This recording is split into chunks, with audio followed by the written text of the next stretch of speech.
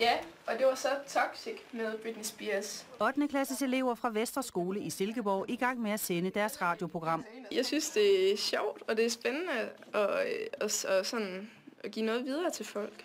Radio Sol hedder radioen, og den skal gøre de ældste elevers skoledag meget sjovere. Tanken er, at det bliver en del af danskundervisningen, en del af sprogundervisningen, hvor man laver radioreportage eksempelvis i stedet for en dansk stil. Og så er planen jo også, at de bliver så glade for det, så de i deres fritid også sender radio. I dag blev det spritnye og topprofessionelle radiostudie indviet. Så Max vandt musikquizzen, så han får sin præmie. Det er rigtig fedt. Det er utrolig fedt. Masse udstyr til at kunne sende en rigtig god radio. Eleverne sender foreløbig 1 gang om ugen, men planen er, at de skal sende hver eneste dag om både store og små emner. Kære brevkasse, min kat har lige spist mine 2 hamstre.